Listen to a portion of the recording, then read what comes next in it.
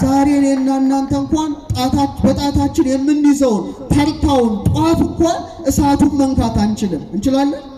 አንችልም። እጃችን ምን ይሆናል? ይነዳል፣ ይከስላል። ፍምን በእጅ መያዝ አንችልም። እጃችን ይላላጣል። ትኩስ ውሃ እንኳን ላያችን ላይ ቢፈስ ምን አይነት አደጋ እንደሚያመጣ ታውቃላችሁ። ድንግል ማርያም እኮ ማህፀኗ መላእክት የማይቀርቡትን እሳት የያዘ ማህፀን ነው። ኦ ድንግል ሶብሃደረ ውስተ ከርስኪ እሳተ መለኮት፣ ድንግል ሆይ እሳተ መለኮት ጌታ አለ በማህፀንሽ ባደረ ጊዜ ገጹ እሳት፣ ልብሱ እሳት፣ አካሉ እሳት እንደምን አላቃጠለሽ ይላል ሕርያቆስ። ግን መልስ የለው። ሰባት የእሳት መጋረጃ ሲና ላይ የተገለጠው በማህፀንሽ ወዴት ተጋረደ? ወዴት ተተከለ? እንዘንስቲ ታባላንቲ ነው 3 ክንድ ከስንዝር ቁመት ስትሆኑ ኪሩብ የሚሸከሙት ያስፈሪው የእሳቱ ዙፋን በማህፀንሽ የተተከለ ወዴት ቆመ?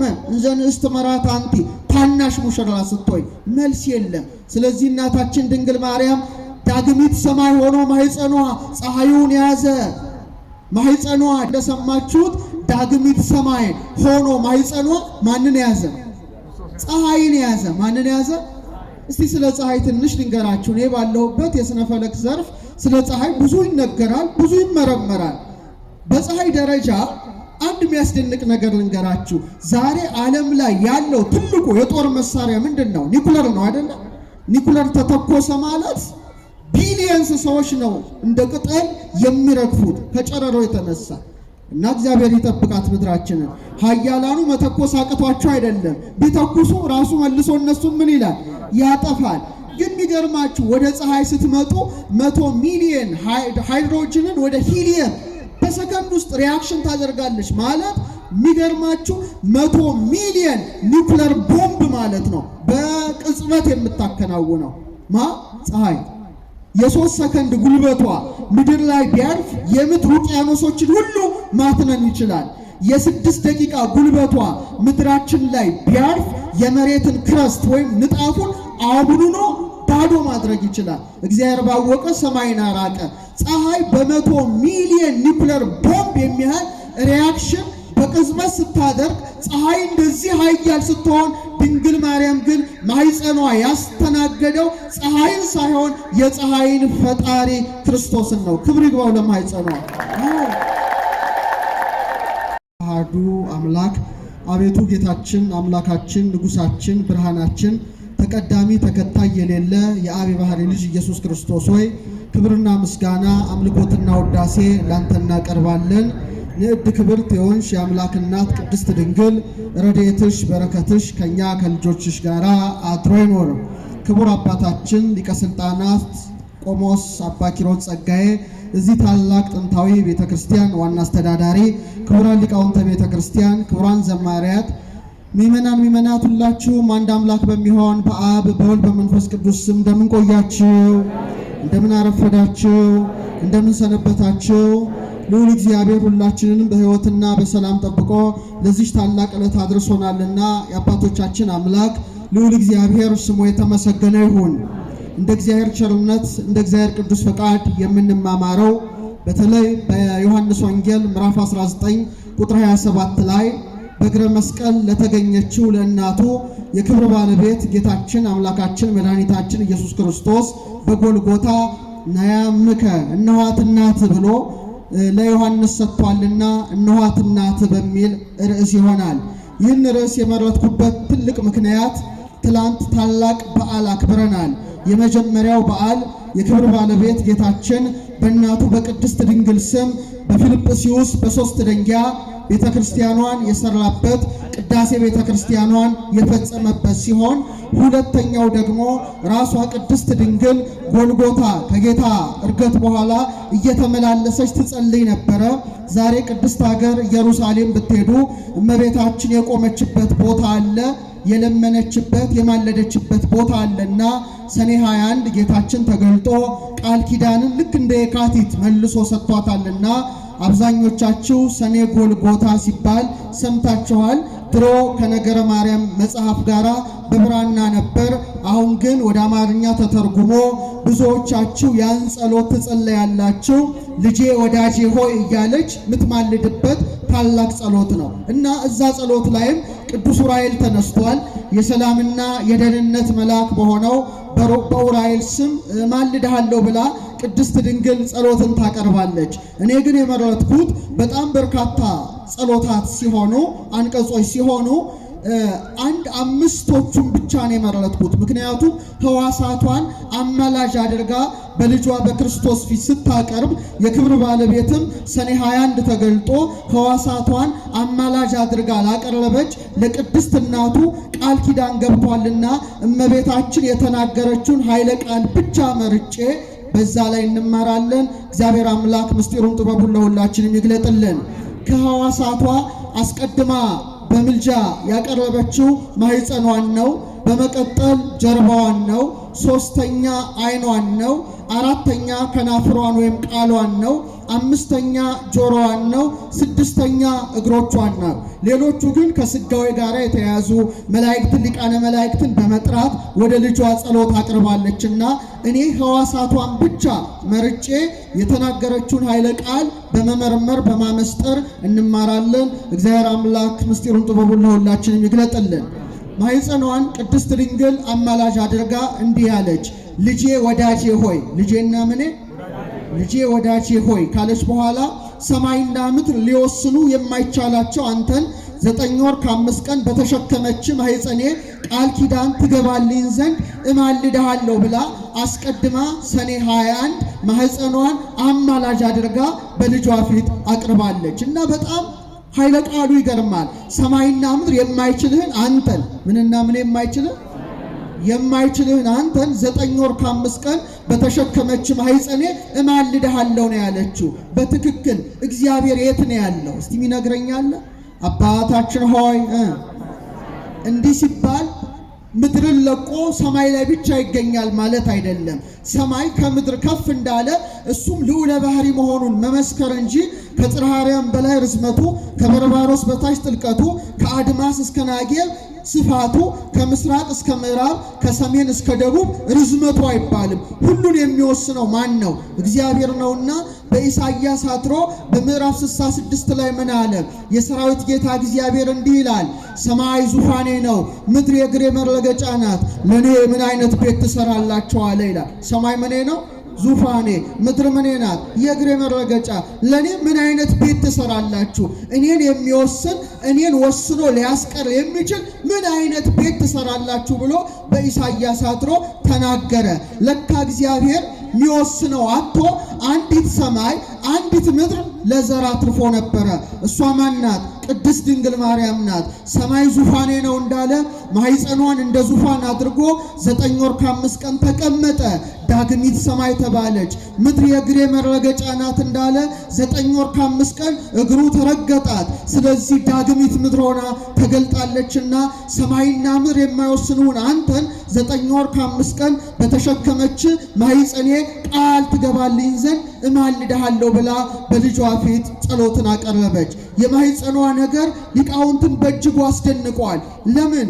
ጌታ ዓለማትን በመሃል እጁ እንደያዘ በማህፀኗ አለ መባል ይገርማል። በማህፀኗ ሳለ ነፋሳትን ያነፍሳል፣ ብርሃናትን ያመላልሳል፣ ቅዱስ ቅዱስ ቅዱስ ተብሎ ይመሰገናልና ድንግል ማርያም የእግዚአብሔር ሀገር፣ የእግዚአብሔር ሰማይ፣ የእግዚአብሔር ምድር፣ የእግዚአብሔር መቅደስ አድርጋ ማህፀኗን አቅርባለች። ለዚህ ነው ቅዱስ ያሬድ በአንክሮ በተዘክሮ ሆኖ ሰማይ ወምድር ዘእያገምሮ እፎ እንጋ ማህፀነ ድንግል ጾሮ፣ ሰማይና ምድር የማይችለውን አምላክ ምንኛ የድንግል ማርያም ማህፀን ቻለው ብሎ በጣም ያደንቃል። ግን መልስ የለውም። ማንም ሊመልስ አይችልም።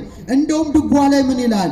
እፎ ጾረቶ እንዘውቱ ይጸውራ፣ የሚሸከማት ሲሆን እንዴት ተሸከመችው ይላል። የሚሸከማት ማን ነው? ዓለምን የተሸከመ ማን ነው? እሷንም የተሸከመ ማን ነው? ልጇ ክርስቶስ ነው። የሚሸከማትን ለመሸከም በቃሽ ማለት ነው። ድንግል ፈጣሪዋን ወለደችው ብሎ ኤፍሬም እንደተናገረ አሁን ደግሞ የሚሸከማትን ምን አለችው? ተሸከመችውና ያሬድ ምን ይላል? እፉ ጾረቶ፣ እንዴት ተሸከመችው? እሱ ግን ምን ይላታል? ይሸከማታል። የሚሸከማትን የተሸከመች የእግዚአብሔር ሀገር የእግዚአብሔር ከተማ በመሆኗ ማህፀኗን አማላጅ አድርጋ በልጇ ፊት አቀረበች። አባ ጊዮርጊስ ዘጋስጫ ደግሞ በጣም ያደንቃል። የድንግል ማርያም ማህፀንን ሲመለከተው በጣም ይገረማል። ምን አለ መሰላችሁ? ከርሰ ድንግል አብዮ ተላለም አየራት የድንግል ማርያም ማኅፀን አለ ከአየራት በለጠ። ከምን በለጠ? ከአየራት በለጠ። አየራትን የያዘውን ጌታ ነው የያዘው። ወተሰበሃ እምሱራፌል ወኪሩቤል በኪሩቤል በሱራፌል ዘንድ ተመሰገነ። ከርሰ ድንግል ኮነ ታቦቶ ማኅደረ ለእግዚአብሔር አዶናይ የድንግል ማርያም ማኅፀን አለ አዶናይ ለተባለ በእግዚአብሔርነት በአምላክነት በፈጣሪነት በእበይ በክብር በኃይል በክሂል በብርሃን ከአብ ከመንፈስ ቅዱስ ጋር ገንዘቡ የሆነ ኢየሱስ ክርስቶስን ይዟልና የድንግል ማርያም ማኅፀን አለ አዶናይ ለተባለ ለእግዚአብሔር ምን ሆነ አለ ማደሪያውን ሆነ። ለዚህ ነው ራሷ ቅድስት ድንግል ሰማይና ምድር ሊወስን የማይችለውን አንተን በተሸከመች ማኅፀኔ ምን እልሃለሁ አለች፣ ማልድሃለሁ አለች። ቅድም ዘማሪ ሉልሰገድ ሲዘምር እንደሰማችሁት ዳግሚት ሰማይ ሆኖ ማኅፀኗ ማንን ያዘ? ፀሐይን ያዘ። ማንን ያዘ? እስቲ ስለ ፀሐይ ትንሽ ልንገራችሁ። እኔ ባለሁበት የሥነ ፈለክ ዘርፍ ስለ ፀሐይ ብዙ ይነገራል፣ ብዙ ይመረመራል። በፀሐይ ደረጃ አንድ የሚያስደንቅ ነገር ልንገራችሁ። ዛሬ ዓለም ላይ ያለው ትልቁ የጦር መሳሪያ ምንድን ነው? ኒኩለር ነው አይደለ? ኒኩለር ተተኮሰ ማለት ቢሊየንስ ሰዎች ነው እንደ ቅጠል የሚረግፉት ከጨረሮ የተነሳ እና እግዚአብሔር ይጠብቃት ምድራችንን። ኃያላኑ መተኮስ አቅቷቸው አይደለም፣ ቢተኩሱ ራሱ መልሶ እነሱን ምን ይላል? ያጠፋል። ግን የሚገርማችሁ ወደ ፀሐይ ስትመጡ 100 ሚሊዮን ሃይድሮጅንን ወደ ሂሊየም በሰከንድ ውስጥ ሪያክሽን ታደርጋለች ማለት የሚገርማችሁ 100 ሚሊዮን ኒውክለር ቦምብ ማለት ነው በቅጽበት የምታከናውነው ፀሐይ። የ3 ሰከንድ ጉልበቷ ምድር ላይ ቢያርፍ የምድር ውቅያኖሶችን ሁሉ ማትነን ይችላል። የ6 ደቂቃ ጉልበቷ ምድራችን ላይ ቢያርፍ የመሬትን ክረስት ወይም ንጣፉን አቡኑኖ ባዶ ማድረግ ይችላል። እግዚአብሔር ባወቀ ሰማይን አራቀ። ፀሐይ በ100 ሚሊዮን ኒውክለር ቦምብ የሚያህል ሪያክሽን በቅጽበት ስታደርግ ፀሐይ እንደዚህ ኃያል ስትሆን ድንግል ማርያም ግን ማኅፀኗ ያስተናገደው ፀሐይን ሳይሆን የፀሐይን ፈጣሪ ክርስቶስን ነው። ክብር ይግባው ለማኅፀኗ። ታውን ጧፍ እንኳን እሳቱን መንካት አንችልም። እንችላለን?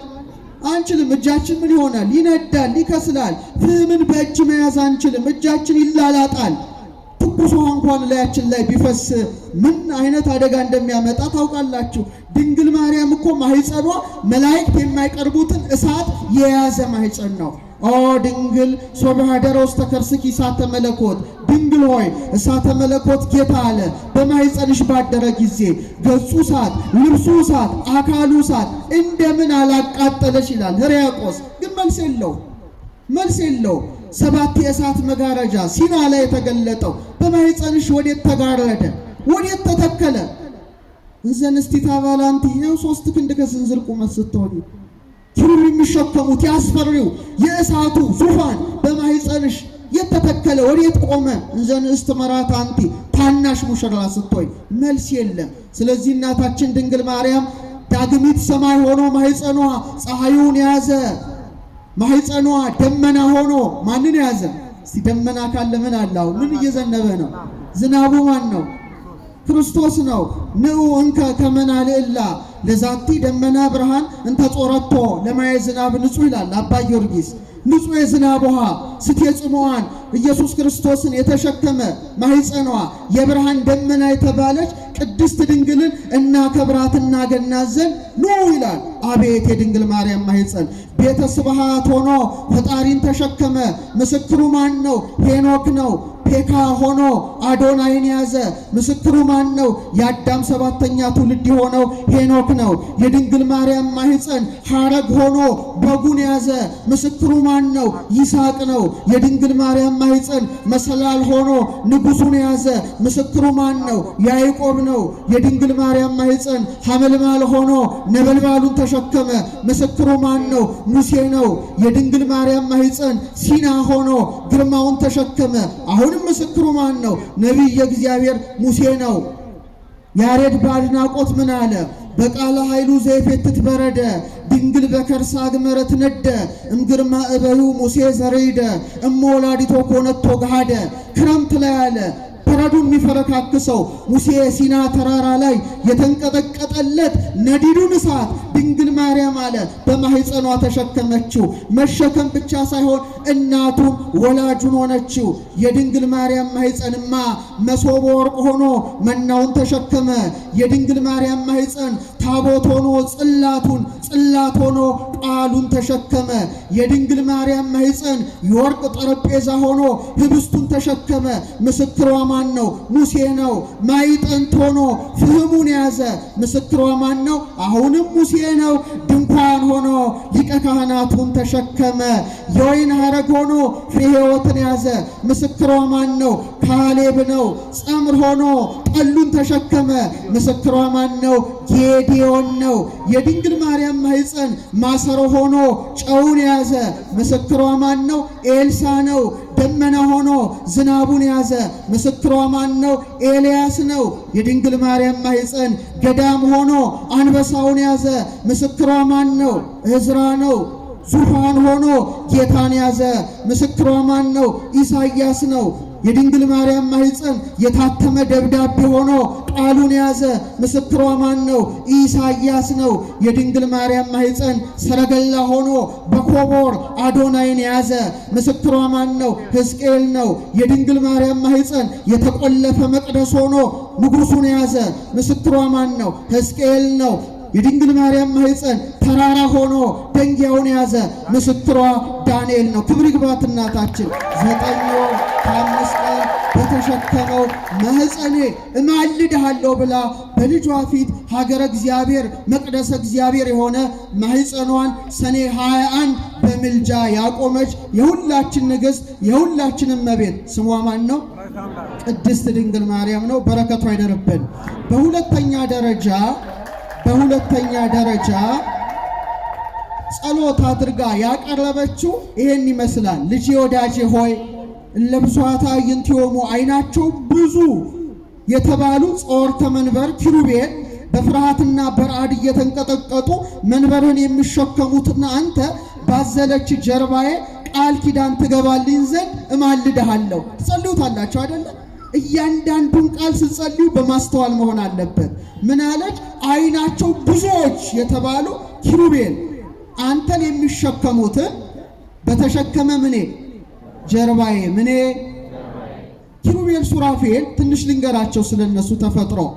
ስንት መላእክት መሰሏቸው? 16 መላእክት ናቸው። ስንት ናቸው? 12ቱ ከውስጥ ናቸው። 4ቱ ከውጪ ስለሆኑ 40 እንስሳ ይባላሉ። የሰው ፊት ያለው 4 ገጽ አለው። የአንበሳ ፊት ያለው 4 ገጽ አለው። የንስር ፊት ያለው 4 ገጽ አለው። የላም ፊት ያለው መልአክ 4 ገጽ አለው። 4 ሲባዛ 4 16 መላእክት የማንን ዙፋን ተሸክመዋል? በጣም ያስፈራል። የልዑል እግዚአብሔርን ዙፋን ተሸክመዋል። እሳታማ ዙፋን ነው የያዙት እና ይንቀጠቀጣሉ በፍርሃት በረዓድ። መብረቅ ነው፣ ብልጭልጭታ ነው፣ ነጎድጓድ ነው፣ ቀስተ ደመናዊ ብርሃን ዙሪያውን ይከበዋል። እና ኢሳይያስ ተመለከታቸው በምዕራፍ 6 ላይ ዖዝያን በሞተበት ወራት ተመስጦ መጥቶበት ሲመለከት እግዚአብሔር በእነሱ ላይ ተቀምጦ ያየው። እሱን ማየት አቅቷቸው በክሌቱ ክነፊሆሙ ይከድኑ ገጾሙ፣ በሁለት ክንፋቸው ፊታቸውን ሸፍነው፣ በሁለት ክንፋቸው እግራቸውን ሸፍነው፣ ሁለት ክንፋቸውን ወዲያና ወዲያ አድርገው ቅዱስ ቅዱስ ቅዱስ የሰራዊት ጌታ እግዚአብሔር ሰማይና ምድር ከጌትነቱ የተነሳ ተመልታለች እያሉ ያመሰግኑታል። ከቃሉ ጋር ናቸው። በጣም ያስፈራል። እና ፊቱን ማየት አቅቷቸው እኮ ነው ክንፋቸው እና ከፊቱም መቆም አቅቷቸው ነው በሁለት ክንፋቸው እግራቸውን የሸፈኑት። ዋናው ይሄ ብቻ አይደለም። ሕዝቅኤል ደግሞ ኮቦር በምትባል ወንዝ ሳለ በ30 ዓመቱ ተመስጦ መጥቶበት ተመለከታቸው። መንኮራኩር ይላል ሰረገላ ነው። ያን ሰረገላ መንካት አቅቷቸው በእሳት ምሰሶ ደግፈውታል። በምን ምሰሶ? በእሳት ምሰሶና በጣም ያስጨንቃል ሲመለከተው። እግዚአብሔር ያሳያችሁ። እሳታውያኑ በዚህ ደረጃ በመንቀጥቀጥ ዙፋኑ መንካት አቅቷቸው በእሳት ምሰሶ የሚደግፉትን ጌታ በጀርባዋ በብቸኝነት ያዘለች ማናት? ለዚህ ነው ኪሩባዊ ሰረገላ ትባላለች። እስቲ በሉት። ጣፋጭ ስም ነው። ድገሙት እስቲ። ኪሩባዊ ሰረገላ ይላታል። ስለዚህ አሁን እስቲ እናንተ አወዳድሩ። ማን ይበልጣል? 16ቱ መላእክት ይበልጣሉ ወይስ ቅድስት ድንግል ማርያም? እውነታችሁን ነው? እሺ በብሉይ ኪዳን መንበረ ታቦቱ ላይ ኪሩቤል ነው የሚቀረጹት። በአዲስ ኪዳን ባለችው ቤተክርስቲያን መንበረ ታቦቱ ላይ የምትሳለው ማን ናት? ለምንድን ነው እነዛ በዙፋናቸው የሚሸከሙትን ጌታ በምኗ አዘለችው? በምኗ ታቀፈችው? በምኗ ተሸከመችው? እግዚአብሔር ይስጣችሁ። ስለዚህ አባ ጊዮርጊስ በጣም በአድናቆት ሆኖ አነጻጸረ። ንጽጽሩን ልንገራችሁ። ሆተ ብርሃን ላይ አንቲ ተአቢም ኪሩቤል፣ አንቺ ያለ ከኪሩቤል ትበልጫለሽ፣ ወትፈደፍዲም ሱራፌል፣ ከሱራፌልም ትልቅ ያለሽ። ለምን? እስመ ሱራፌል ወኪሩቤል በሰረገላ እሳት ይጸውርዎ። ልጅሽን አለ ኪሩቤልና ሱራፌል በእሳት ሰረገላ ይሸከሙታልና። በምን? በእሳት። ወበምጽናቲው ዘእሳት ይጼኑ መንበሮ፣ ዙፋኑንም አለ በእሳት ምሰሶ ይደግፋሉና። አንቲሰ ጾርክዮ በከርስኪ፣ አንቺ ግን ያንን አምላክ በማኅፀንሽ ተሸከምሽው። ወሐቀፍክዮ በአብራክኪ፣ በጉልበቶችሽ ታቀፍሽው። ወሐዘልክዮ በዘባንኪ፣ በጀርባሽም አዘልሽው ካለ በኋላ ህየንተ ሰረገላ እሳት አብራክኪ ኮና፣ በእሳቱ ሰረገላ ፋንታ ጉልበቶችሽ ሆኑ። ምኖችሽ? እነዛ በሰረገላቸው ሲሸከሙት፣ እናታችን ደግሞ በምኗ ታቀፈችው? በጉልበቶቿ። ህየንተ ምጽናቲው ዘእሳት አእዳውኪ ኮና፣ በእሳቱ ምሰሶ ፈንታ ምኖችሽ ተተኳለ? እጆችሽ ተተኳለ። እነዛ ዙፋኑን በእሳት ምሰሶ ደገፉ። ድንግል ማርያም ግን ዙፋኑን ሳይሆን ዓለምን የሚደግፈውን ጌታ እናቶች፣ አሁን ልጅ ያቀፋችሁ እናቶች በክንዳቸው እንደምትደግፏቸው በእጆቿ አቀፈችው። ክብር ለክንዷ፣ ክብር ለጀርባዋ፣ ክብር ለማኅፀኗ፣ ክብር ለሁለንተናዋ። ስለዚህ ነዲዱን እሳት ተሸክሞ ያልተቃጠለ ጀርባዋን ከኪሩቤል ሰረገላ ጋር ቅድስት ድንግል በማነጻጸር ልጄ ወዳጄ ሆይ ቃል ኪዳን ትገባልኝ ዘንድ እለምንሃለሁ ብላ ሰኔ 21 ምልጃን አቀረበች። ቀጥሎ ያቀረበችው ዓይኗን ነው። ዓይኗን አማላጅ አድርጋ አቀረበች። ልጄ ወዳጄ ሆይ አንተን ይገለዋል ብዬ ሳስብ ከዓይኖቼ እንደ ውሃ እየፈሰሱ በክብርት ሥጋ ላይ በወረዱት እንባዎቼ ቃል ኪዳን ትገባልኝ ዘንድ እማልድሃለሁ ብላ ዓይኗን አማላጅ አድርጋ አቀረበች። የድንግል ማርያም ዓይኖች የተለያዩ ነገሮች ይታይባቸዋል። አንዴ ደስታ ይታይባቸዋል፣ አንዴ እንባ ይታይባቸዋል። በጣም የዓይኗ ነገር የተለየ ነው። ሰሎሞን አስቀድሞ በመኃልየ 7:5 ላይ ዓይኖችሽ አለ እንደ መላ ኩሬ ውሃ ናቸው ይላል። እንደምን ውሃ ናቸው? እንባን ያፈሰሱ ዓይኖቿ በቀራንዮ ላይ ስቅስቅ ብሎ እንደ ውሃ የፈሰሰ ዓይኖቿን ምን አለ? ዓይኖችሽ እንደ መላ ኩሬ ውሃ ናቸው አለ። ዓይኗ ጽሩይ ነው። ከድንግል ማርያም ዓይኖች የበለጠ ዓይን የት ታገኛለህ? ምንም ነገር ብታነጻጽሩ ከዓይኖቿ ጋር አይወዳደርም። አባ ጊዮርጊስ ምን አለ? አልቦ ዘይበርህ እምጸዳል ዓይንኪ፣ ከዓይንሽ ጸዳል የሚበራ የለም። ኢቤዝያን በለብል በገጸ ሰማይ፣ በሰማይ ፊት የሚንተገተገው ኮከብ ቢሆን ወይ ባህሪ ዘያንጸባርቅ ዲበረሰ ነገሥት፣ በነገሥታት ራስ ላይ የሚያንጸባርቀው ወርቅ ቢሆን ዕንቁ ቢሆን እንዳንቺ ዓይን የሚያምር የለም ይላል። ያምራል ዓይኗ ከሷ በቀር ላይ። እንደው ስዕሏን ተመልከቱ። ዓይኗ ደስ አይደል? እንደው በሞቴ አሁን ስዕሏ ፊት ቆማችሁ ስትጸልዩ መጀመሪያ የምታዩት ምኗን ነው? ዓይኗን ነው። እናታዊ ዓይን እንዴት! ለዚህ ነው በቅዱሳት ስዕላት ላይ የእመቤታችን ዓይኖች ጎላ ተደርገው ይሳላሉ፣ ከናፍሯ ግን ትንሽ ሆኖ ይሳላል። ለምን? ዓይኖቿ በርኅራኄ የሚመለከቱ ናቸው። የፍቅር ዓይኖች ናቸው።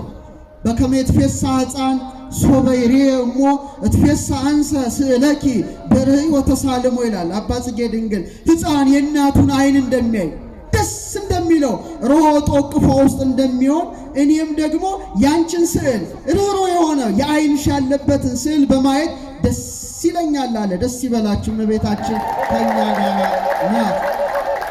አሁን እዚህ ጋር በስተግራ አቅጣጫ አንዲት ሴት አመጣላችኋለሁ። የዛች ሴት ዓይን ስትመለከቱ ትደነግጣላችሁ። በጣም የደፈረሰ ዓይን ነው። ደም የመላበት ዓይን ነው። የረከሰ ዓይን ነው። በምኞት በፍትወት የተቃጠለ ዓይን ነው። ክፋትን የተመላ አይን ነው። እሱም የማን አይን ይመስላችኋል? የሔዋን አይኖች ናቸው። የማን አይኖች ናቸው? እዚህ ጋር እመቤታችን አምጧት የእሷን አይንና የመጀመሪያዋን ሔዋንን አይን ተመልከቱ። የመጀመሪያዋ ሔዋን አይኗ ምን ያህል የጎሰቆለ የባከነ አይን ነበረ። ምንን ተመለከተ? አትቢ የተባለችውን የተከለከለችውን የዛፍ ፍሬ ተመለከተ። ጎሰቆለ። ለመብል ያማረ እንደሆነ አየች ይላል። እባብን ተመለከተ። ደህና ነገር እንኳን አልተመለከተችም። አካለ ከይሲ ማደሪያ ልሳነ ከይሲ መናገሪያ ያደረገው ማን ነው? ሰይጣን ነው። ሰይጣን ያደረበት እባብን ተመለከተች።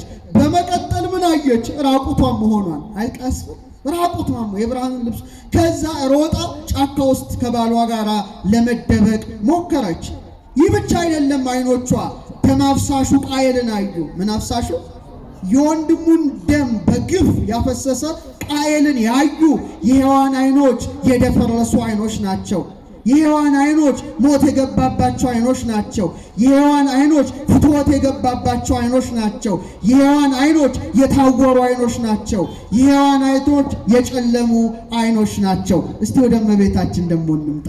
የሔዋን አይኖች በዚህ ደረጃ አስከፊ ሕግ አፍራሽ መሆናቸውን ስናይ ወደ ድንግል ማርያም አይኖች ስትመጡ ግን ወደ ቤተ መቅደስ በገባች ጊዜ ለመጀመሪያ ጊዜ ቅዱስ ፋኑኤልን የተመለከቱ አይኖቿ ናቸው። ክብር ላይ ነው።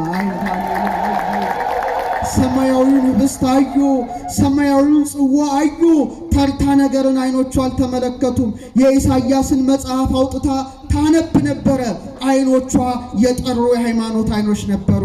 ድንግል ትጸንሳለች፣ ወንድ ልጅ ትወልዳለች የሚለውን ገጸ ንባብ ስታገኝ ወዮ ከጊዜዋ ጊዜ ደርሼ ወጥቼ ወርጄ ባገለገልኩት አለች። አቤት የእመቤታችን አይኖች! የነ ዘካርያስን ምስጋና አዩ። መላእክት ሲወጡ ሲወርዱ በቤተ መቅደስ ተመለከቱ።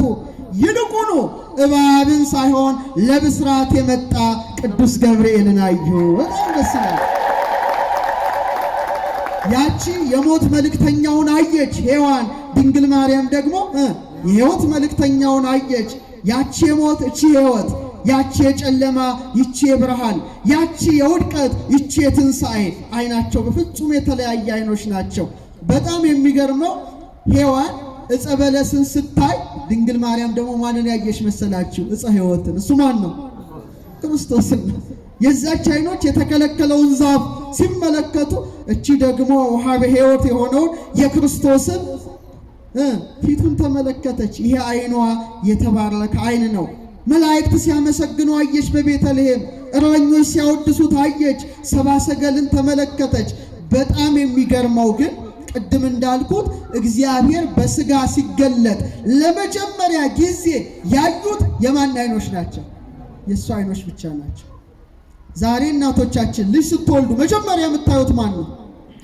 እናንተ ናችሁ አይደል? ልጁም እናንተን ያያል፣ እናንተም ልጃችሁን በፍቅር ታያላችሁ። የማኅፀኗ ፍሬ ክርስቶስን ስትወልደው ለመጀመሪያ ጊዜ እግዚአብሔር ወልድን በስጋ ያዩ የእሱ አይኖች ናቸው። ታሪክ ተገለበጠ። ኪሩቤል በሁለት ክንፋቸው ፊታቸውን ሸፍነው እንዳያዩ ሲንቀጠቀጡ፣ ድንግል ማርያም ደግሞ በክንዷ አቅፋ በፍቅር አይኗ በቤተልሔም አየች። ክብር ለዓይኗ፣ ክብር ለዓይኗ። እና አንድ ሊቅ ምን አሉ መሰላችሁ? አጭር ስብከት ሰብከው ወርደዋል። ባህር ማዶ ሊቅ ናቸው። እግዚአብሔር አሉ አይኑን ሲገልጥ የተመለከታት አይኑንም ሲጨፍን ያያት ድንግል ማርያምን ነው ብለው ሰብከዋል። ምን ሲገልጥ ያያት?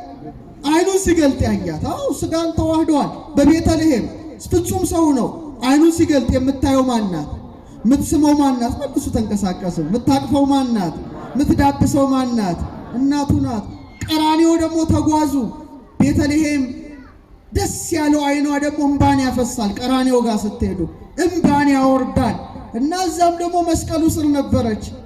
ጌታም እናቱን አይቶ ምን አለ? እነኋት እናት ብሎ ተፈጸመ ነው ያለው። ሲጨፍን አያት። የእመቤታችን አይኖች የተለዩ አይኖች ናቸው። ስለዚህ በእውነት ድንግል ማርያም አይኖቿን አማላጅ አድርጋ አቅርባለች። ቅዱስ ኤፍሬም ሶርያዊ አንድ ድርሰት አለው፣ ዘሉሚኒየስ አይ የሚል ምን ማለት ነው? ብርህት አይን የሚል መጽሐፍ ጽፏል። እና በዛ ሔዋንን የጨለማ አይን ይላታል። ምን አይነት አይን? ወይም የግራ አይን። ይሄ የግራዋ ክፍል አይን ሔዋን ናት ይላል። ዓለም ሁሉ ግራ የተጋባባት፣ ዓለም ሁሉ ወደ ጨለማ የተጓዘባት የድንግል ማርያም አይን ግን የቀኝ አይን ናት ይላል። ያልታወረች አይን፣ በብርሃን የተመላች አይን፣ ከብርሃን ክርስቶስ ጋር የተዋሃደ አይን ያላት እሷ ማን ናት? እሷ ማን ናት? ይሄ ደግሞ ያስገርማቸዋል። ቅድም የሔዋን አይኖች ምንን አዩ አልኳችሁ? የወንድሙን ደም ያፈሰሰውን ማንን አዩ? የማንን ደም ያፈሰሰውን? ነፍሰ ገዳዩን ቃየልን ሲያዩ፣ ድንግል ማርያም ደግሞ ለወገኖቹ ደሙን ያፈሰሰውን መድኃኔዓለምን አየሽ ማለት ነው። የተለየ አይን የጎሰቆለች ናትና በእውነት እንባን ባፈሰሱ አይኖቿ አማላጅ አድርጋ ሰኔ 21 ድንግል ማርያም ጸሎትን አቀረበች። በመቀጠል ደግሞ እንዲህ አለችው፣ ልጄ ወዳጄ ሆይ ምንም ሊቀርብም አይችል አንተ በሳሙ ከንፈሮቼ ቃል ኪዳን ትገባልኝ ዘንድ እማልድሃለሁ ብላ ቃሏን ከናፍሯን አንደበቷን አማላጅ አድርጋ በክርስቶስ ፊት አኖረች። አቤት የእመቤታችን ከናፍር! ከንፈሮችሽ አለ ሰሎሞን እንደ ቀይ ሐር ፈትል ናቸው ካለ በኋላ ንባብኪ አዳም ንግግርሽም ያማረ ነው ይላታል። ንግግርሽ ምንድነው? እንደውም ሰሎሞን ቀጥሎ መኃልየ 4:12 ላይ የማር ወለላ ከከናፍርሽ ይፈሳል አለ። የማር ወለላ ከምን?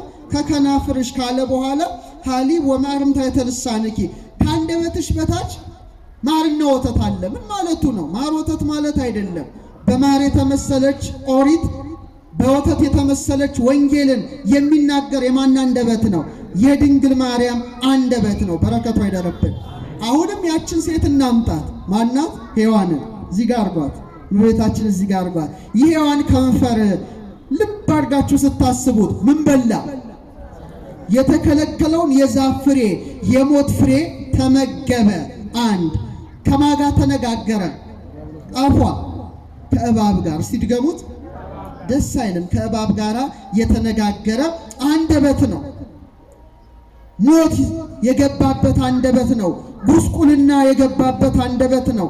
ጨለማ የገባበት አንደበት ነው። የድንግል ማርያም አንደበት ግን ከማጋ ተነጋገረ? ከቅዱስ ገብርኤል ጋር። ክብር ይግባው አንደበቷ ለምስጋና የተከፈተ። አቤት ደግሞ ስትጠይቀው እኮ መልአኩን አይታችኋል? ሔዋን ጅል ናት፣ ሞኝ ናት። ምንም እንኳን አልተከራከረችም። ይሄን ብትበሉ አምላክ ትሆናላችሁ ሲል እንዴ ቅጠል በመብላት አምላክነት ከተገኘ ለምን አንተ በልታ አምላክ አትሆንም? መልስ ነበር አይደል? አይናችሁ ይከፈታል ሲል እውራንን ቢል መልስ ነበረ። በሞኝነት በጅልነት ከእባብ ጋር የተነጋገረ ከንቱ ከንፈር ነበረ።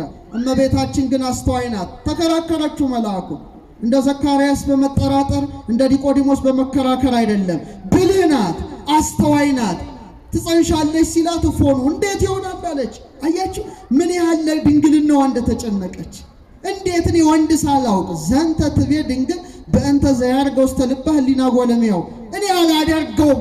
መልአኩ ግን መለሰ ያንቺ ጽንስ እንደሌሎች አይደለም ብሎ ነገራት። መጨረሻ ለእግዚአብሔር የሚሳነው ነገር ልክ ስትል በሕያዋን አፍ ሞት እንደገባ ይኩነኒ በከመ ትቤለኒ እንደ ቃልህ ይደረግልኝ በሚለው በድንግል ማርያም አንደበት ደግሞ ሕይወት ፈሰሰ፣ ሕይወት ገባ። ጨለማው በብርሃን፣ ሞቱ በሕይወት፣ ውድቀቱ በትንሣኤ ተተካ። የዓለም ታሪክ ተገለበጠ። ኦርቶዶክሳውያን የዓለም ታሪክ ተገለበጠ። ዛሬ ሴቶች ስለ አንደበት ሳነሳ አንድ ነገር ልንገራችሁ፣ የሚያስደስት ነገር። ሔዋን የዘጋችውን አፍ ይላል ያዕቆብ ዘስሩግ። ሔዋን በዝምታ የጠመጠመችውን የሴቶችን አፍ ድንግል ማርያም ግን ፈታችሁ ይላል። ምን ፈታችሁ? ሔዋን ከእባብ ጋር በመነጋገሯ ሴቶች ሁሉ ወድቀው ነበረ። ከሞት መልእክተኛ ጋር ተነጋገሩ እንጂ ከሕይወት መልእክተኛ ጋር አልተነጋገሩም። የሞት ፍሬን በልታ ለባሏ አብልታ የውድቀት ምክንያት ገነትን የማጣት ምክንያት ስለሆነች ሔዋን አንሳ ነበረ። አንሳ ሴቶችንም አሳንሳ። የሰማችሁ ነው ሴቶች። ድንግል ማርያም ግን ያን ታሪክ ገለበጠችው። ያ የተዘጋው አፋችሁ ዛሬ እልልታን ያቀርባል፣ ምስጋናን ያቀርባል። ደስ ይላል። ደስ ይበላችሁ ሴቶች። ይኩነኒ በከመ ትቤለኒ እንደ ቃል ይሁንልኝ ይደረግልኝ የሚለው የሕይወት ቃሏ ነው። የሴቶች አንደበት እንዲከፈት ያደረገው የማን አንደበት? የማን አንደበት? እንደውም ኤፍሬም ሲያነጻጽር ምን ይላል መሰላችሁ? እመቤታችን ለሴቶች መመኪያ ሆነች፣ ለሁሉም ሴቶች አለ። ለምን? አንድ ሳይቀር። ሴቶች ሁለት ነገር ነው ሊሆኑ የሚችሉት፣ ወይ ድንግል ይሆናሉ ወይ እናት ይሆናሉ። ከዛ ውጭ ይወጣሉ እንዴ? ያን ሌላ ነውር ነው። ወይ ድንግል ናቸው ወይ እናቶች ናቸው። እሷ አለ ድንግል በመሆኗ ለደናግል ሴቶች ሁሉ መመኪያ ናት አለ። እናት በመሆኗ ደግሞ ለወለዱት እናቶች በሙሉ መመኪያ ናት አለ። እህቶቻችን፣ እናቶቻችን ሴቶች ድንግል ማርያም አንደበታችሁን በመክፈቷ የእናቶች ቀን የሴቶች ቀን ድንግል ማርያም የተወለደችበት ዕለት ብቻ ነው። ማርቼት አይደለም፣ ግንቦት አንድ ነው። ደስ ይላል። ይህ አንደበት ተከፈተ። ወገናችሁ አንሶ ነበረ፣ ጎስቁሎ ነበረ። ያጎሳቆለችውን እናታችን ሔዋን ናት። የድንግል ማርያም አፍ ግን ኤልሳቤጥ ጋር ሄደች። ምን አለች? ነፍሴ እግዚአብሔርን ታላቅ ታደርገዋለች፣ መንፈሴ በመድኃኒቴ በእግዚአብሔር ደስ ይላታል የሚል የምስጋና ጅረትን ያፈሰሰ የድንግል ማርያም አንደበት የተለየ ነው። የእመቤታችን አንደበት ለሌላም ይከፈታል። ልጄ ምን የላቸው ወይን የላቸው ታማልደን እመቤታችን አንደበቷ ሲከፈት ደስ ይላል። እና እኔ በእውነት በጣም የሚያስደንቀው ከድንግል ማርያም ጋር የተነጋገረው ያሬድ እንዲህ ይላል። ነጽሩ ሊተ ድንግል ህትምተ መዓዛ አፉሃ ይጼኑ ፍረተ። ያሬድ ይሄን ያለው እመቤታችንን አናግሮ ነው። ንጹህ ትንፋሷን አሽትቶ ነው። ታድሎ ኤፍሬም ሶርያዊን እስቲ ያስቡት። ድንግል ማርያም ለተከታታይ 7 ቀናት እየመጣች እኮ ነው እየመጣች ወድሰኒ አንደበቷ እንዴት አደመጠው ጆሮ። አመስግነኝ እንዴት አመሰግንሻለሁ አንቺን በከመ ያለብዎ ከመንፈስ ቅዱስ ተናገር ባርክኒ ባርኪ ባርኮ ይጀምራል። በአይኑ አይቷት ይሄ አንደበቷ ንግግሯን ሰምቶ ኤፍሬም አወደሳት። በሀገራችን ደግሞ ያሬድ እስቲ በሉት ቅዱስ ያሬድ ማይኪራ ላይ ሆኖ ጸዋቶ ዜማ ሲያስተምር ቅድስት ድንግል ቅዱስ ኤፍሬምን ከሶሪያ አባ ሕርያቆስን ከብህንሳ በአካለ ነፍስ አምጥታ ኤፍሬም አለች ውዳሴን ሕርያቆስ ቅዳሴን ለያሬድ ንገሩት፣ ቅዱስ ያሬድ በዜማው ሲያመሰግነኝ መስማት እፈልጋለሁ አለ። አቤት ይህን ቃል የሰሙ እንደ ኤልሳቤጥ የሆነ ጆሮ ነው ያሬድ ጆሮ እኮ። ስለተመለከታት ስላያት ስላነጋገራት ምን አለ መሰላችሁ? እምነ ፀሐይ ያቢ ብርሃና ብርሃኑ አለ ከፀሐይ ብርሃን ይበልጣል። አንቀጸ አድኅኖ አልባቲ ሙስና ነውር ነቀፋ የሌለባት የድነት ደጃፍ ናት። በክብሮ በስብሐት ስርጉስና ውበቷ ደምግባቷ ያጌጠ የተሸለመ በክብር የተዋበ ነው። አማን በአማን መሶብ ዘመና እውነት በእውነት መናውን የያዘች መሶበ ወርቅ ናት። ነጽሩ ሊተ ድንግል ህትምተ መዓዛ አፏ ይጼኑ ፍረተ። የአፏ መዓዛ አለ እንደ ሽቱም ያውድ። እንደምን የሚያውድ? አረ ድገሙት። እንደ ሽቱም ያውድ ድንግል ማርያምን እስቲ ተመልከቱልኝ አለ። ክብር ይግባው ይሄ አባት ይዋት ይላል በራሱ። ለዚህ ነው ሰላም ለቃልኪ ለአንደበትሽ ምስጋና ይገባል። እማስካለ ወይን ጥዑም ከሆነ ከወይን ይልቅ የሚጣፍጥ ህመምን ከሚያስረሳው ከናብሊስ ደንጊያ ይልቅ ደስ የሚያሰኝ የማን አንደበት ይመስላችኋል? የማን አንደበት? አቤት እሷን ያነጋገሩ እንዴት ታድለዋል ባካችሁ! ስንቱ መሰላችሁ ያነጋገራት። እነ ጎርጎርዮስ ዘኔዎ ቂሳርያ ዮሐንስን ይዛ መታ ምስጢረ ሥላሴን አስተምረው ስትል ኤልሳቤጥ ገና ቃሏን ስትሰማ ጽንሱ በደስታ ምን ሆነ? የሔዋን ቃል እንኳን ጽንስ ሊያዘልል ሰውን ያሸብራል። የእመቤታችን አንደበት ጣፋጭ ቃሏ ግን እንኳን እኛን በማህፀን ያሉ ጽንሶችን ደስ ያሰኛል። ደስታ የተመላበት የደስታ መገኛ ሙሐዘ ፍስሐ ቅድስት ድንግል ክብር ይግባት እናታችን አንደበቷን አማላጅ አደረገች። አባ ጊዮርጊስም ቃሏን ሰምቷል። ኡራኤልን አስከትላ መታ። የምትወዱት መልአክ ማን ነው? ኡራኤልን አስከትላ መታ። ጽዋ ብርሃን ይዞ በል አጠጣው ለወዳጄ ጊዮርጊስ አለች። ለወዳጄ ጊዮርጊስ አጠጣው ኡራኤል አክብሮቴን በላ ወዳጃችን እንወደ መልአክ ነው። እና የመጀመሪያውን ሆተ ብርሃንን ሲጽፍ ጣፋጭ ቃሏን ስለሰማ እንዲህ አለ። እስቲ አብረን እንበለው። ምርጢቱ ሆይ በሉ እስቲ። አይሰማም። ምርጢቱ ሆይ የአንደበትሽ ስር የወተት ምንጭ ነው። የንግግርሽ ቃልም እንደ ማር የጣፈጠ ነው። የእስትንፋስሽ ቃልም የሽቱ ቅመም ነው። ጉሮሮሽም የማር ወለላ ነው። ማር ናት ድንግል ማርያም፣ ወተት ናት እመቤታችን፣ ሽቱ ናት እመቤታችን። ቀጥላ አንድ ምልጃ ታቀርባለች። ጠቅልለን እንጨርሰዋለን። ልጄ ወዳጄ ሆይ አለችና ካንተ ጋር በተነጋገረ አንደበቴ ካለች በኋላ ሱራፌል ኪሩቤል ድምፅህን ሰምተው ጸንተው መቆም የማይቻላቸው ጡማት ቃላትን በሰሙ ጆሮዎቼ ምን እማልድሃለሁ። አሁን የሚያስደስት ነገር እናወጣለን። ጆሮዎቼ ስለ ጆሮዋ ትንቢት የተናገረውን ዳዊትን እስቲ እናምጣው። በመዝሙር 44 ላይ ምን አለ? ቁጥር 45 ቁጥር 10 ላይ ስምዒ ወለቴ ወርእይ ወአጽሚ ዝነኪ፣ ልጄ ሆይ ስሚ አድምጪ አለ። ምን በል ጆሮሽን ዘንበል አድርገሽ አድምጪ። ርእሲ ሕዝበኪ ወቤተ አቡኪ፣ ቤትሽን ወገንሽን ሁሉ የአባትሽን ቤት እርሺ። ንጉሥ ምንሽን ወዷል? ውበትሽን ወዷል። አቤት የእመቤታችን ጆሮ የማንን ነው ድምፅ የሚያደምጠው? የንጉሡን። የሔዋን ጆሮ ማንን አደመጠ? እባቡን የሰይጣንን ሹክሹክታ አደመጠ።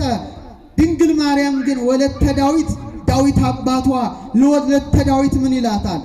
ገብርኤል ሚነግርሽን ብስራት ጆሮሽን ምን በለሽ አድምጪ፣ ዘንበል አድርገሽ አድምጪ። እባብ መርዛማ ዕቅዱን በሔዋን ጆሮ ተነፈሰ። ያ ለሰው ልጅ ምንን አመጣ? ሞትን አመጣ። በድንግል ማርያም ጆሮ ደግሞ ምን ፈሰሰ? ሕይወት ፈሰሰ። ታሪክ ተገለበጠ። ያ እባብ ያንሾካሹካል እዛ ጆሮ ላይ። እዚህ ደግሞ ገብርኤል ምን ያሰማል? ብስራትን ያሰማል። በዛ ጆሮ ሞት ይገባል፣ በዚህኛው ጆሮ ሕይወት ይገባል። በዛሽ ጆሮ ጉስቁልና ይገባል፣ በዚሽ ጆሮ ምሕረት ይፈሳል። በዛሽ ጆሮ ሞት፣ በዚሽ ጆሮ ሕይወት። ክብር ለጆሮዋ። ጡማት ቃላትን ለሰሙ ለጆሮች እና ዳዊት አለ ልጄ ስሚ ይላታል። ጆሮሽን አዘንቢ። ምንሽን አዘንቢ? ንጉሥ ምንሽን ወዷል? በቃ ንጉሥ ውበትሽን ወዷል። አባ ጽጌ ድንግል ይሄን ሲተረጉም ምን አለ? እግዚአብሔር ነጸረ ኩሎ ዓለመ ወይረከበ ማርያም ዘከማኪመ። እግዚአብሔር ዓለምን ሁሉ ተመለከተ፣ ማርያም እንዳንቺ ያለች እናት አላገኘም። ኪያውሰ ጽጌ ዘእምከርስኪ ተቀስመ አበባ ክርስቶስ ከማኅፀንሽ ተለቀመ። ዳዊት አመረኪን ዘይብል ቅድመ ስምዒ ወለቴ ወሬ ዳግመ እስመ ፈትወ ንጉሥ ስነኪ አዳመ። ንጉሥ ክርስቶስ ያማረ ውበትሽን አይቷልና ልጄ ስሚ አድምጪ ብሎ ማን አመልክቶሻል? ዳዊት አባትሽ አመልክቶሻል። ዳዊት አባቷ አላከበረው፣ ጆሮዋ ክብር ይግባው በእውነት አከበረው። ሚያስጠላ ድምፅ ሔዋን ሰማች። ምን የሚል አስጨናቂ! በሕማም ለዲ ሴቶች እየሰማችሁ ነው።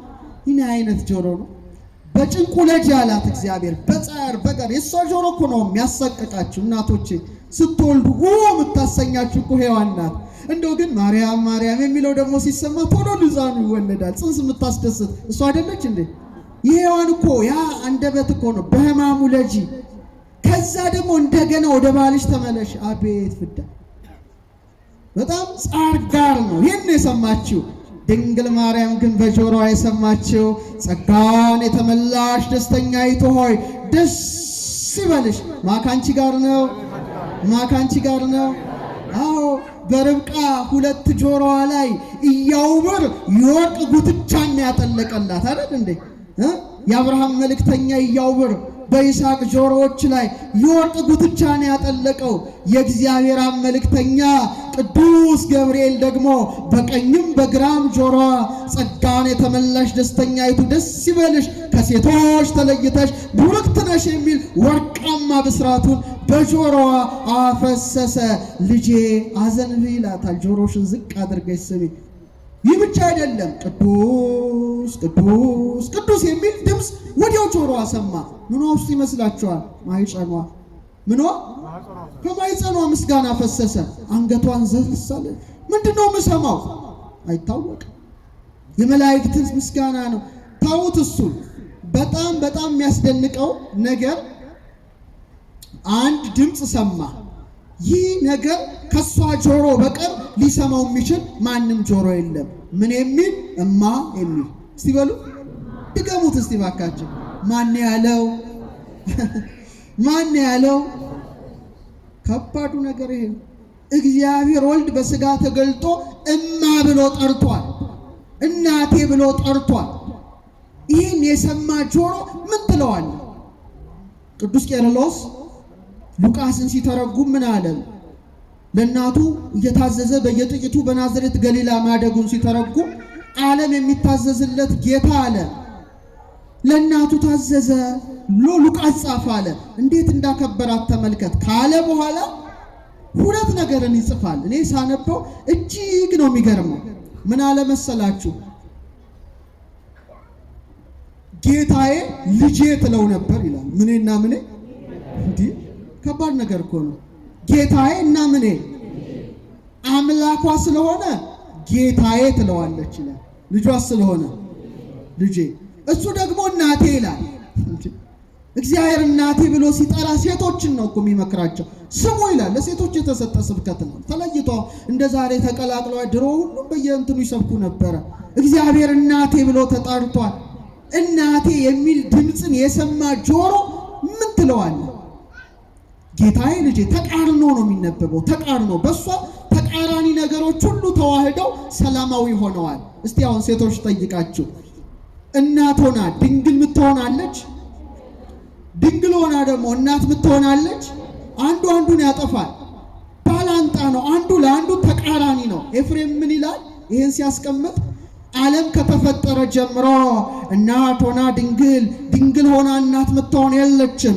የተፈጥሮ ሕግ ይከለክላታል። ድንግል ማርያም ግን ሁለቱን አስተባብራ ተገኝታ የተፈጥሮን ሕግ ደረመሰችው፣ በታተነችው። ክብር ይግባት። ተፈጥሮ በሷ ላይ አልሰራም።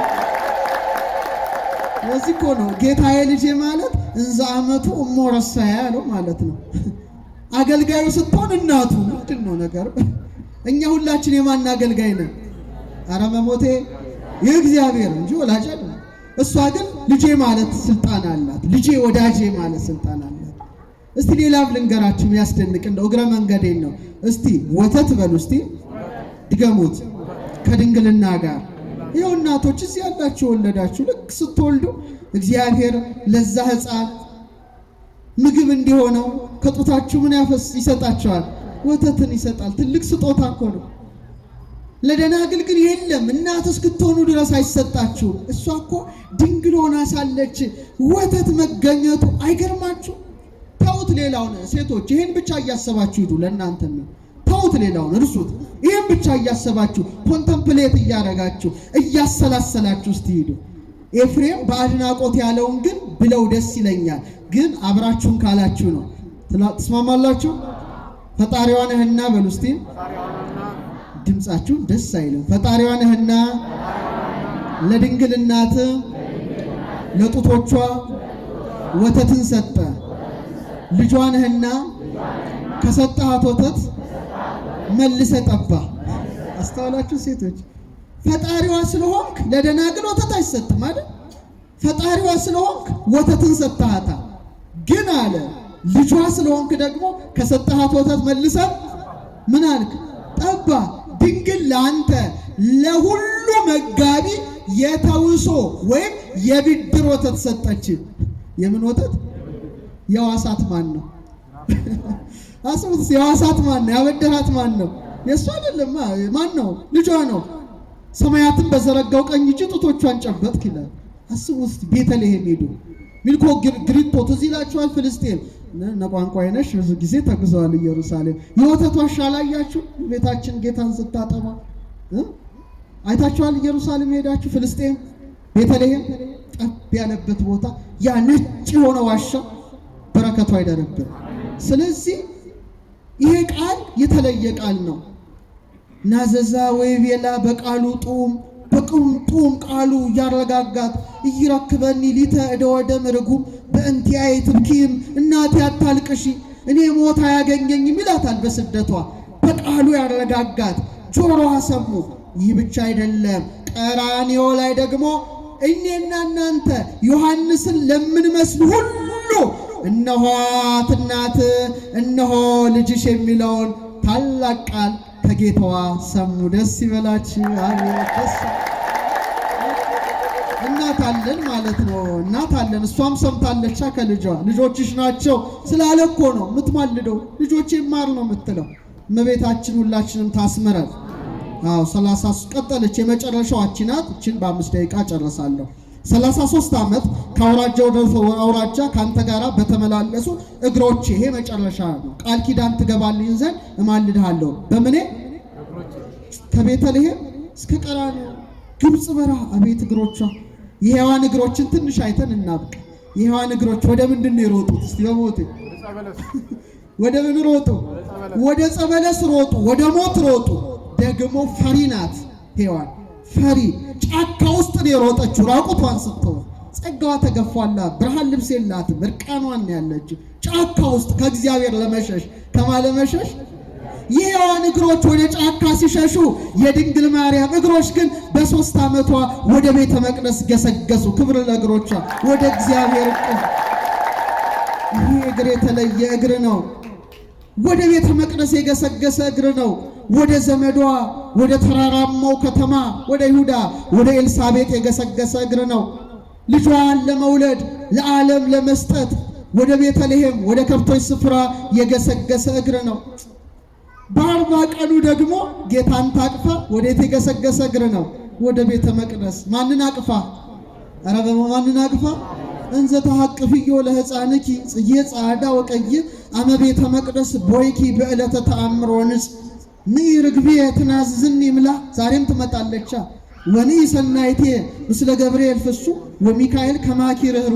ነጭም ቀይም አበባ የተባለ ማን ነው? ክርስቶስ ነው። ከኔ ጋር ናችሁ? እስቲ ወደዚህ ሊናችሁ። ነጭም ቀይም አበባ ማን ነው?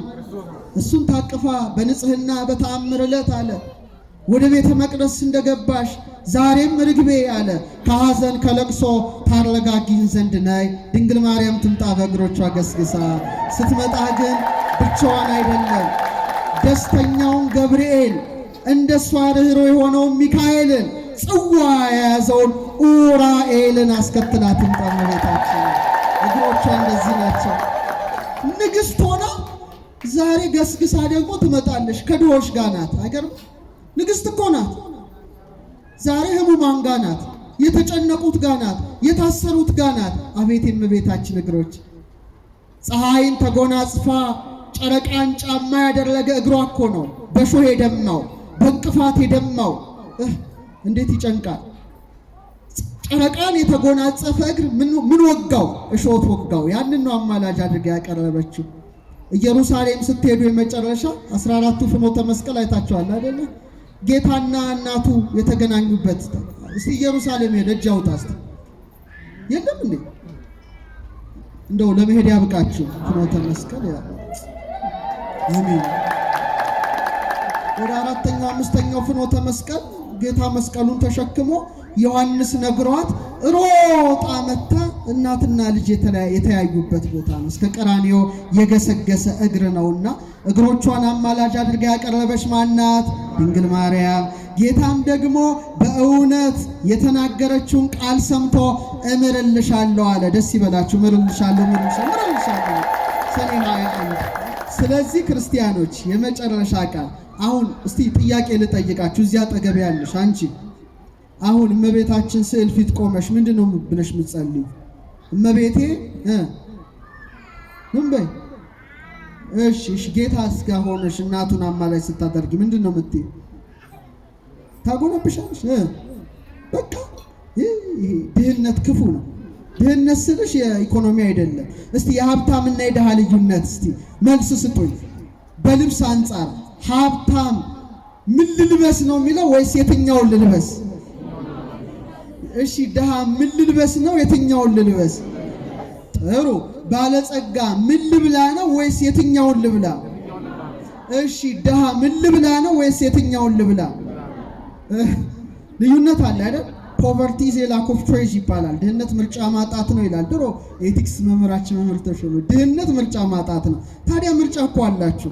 አሁን ተክለ ሃይማኖት ኡራኤልን አማላጅ አድርገሽ እስቲ አቅርቢ። ኡራኤል ከምን አማልደኝ? እሺ ጌታን ደግሞ ስትጸልይ ስለ ኡራኤል ብለህ ምን በለኝ? እመቤታችን ጋር ስትመጡ ግን ታሪኩ ሁሉ ይደበላለቀ።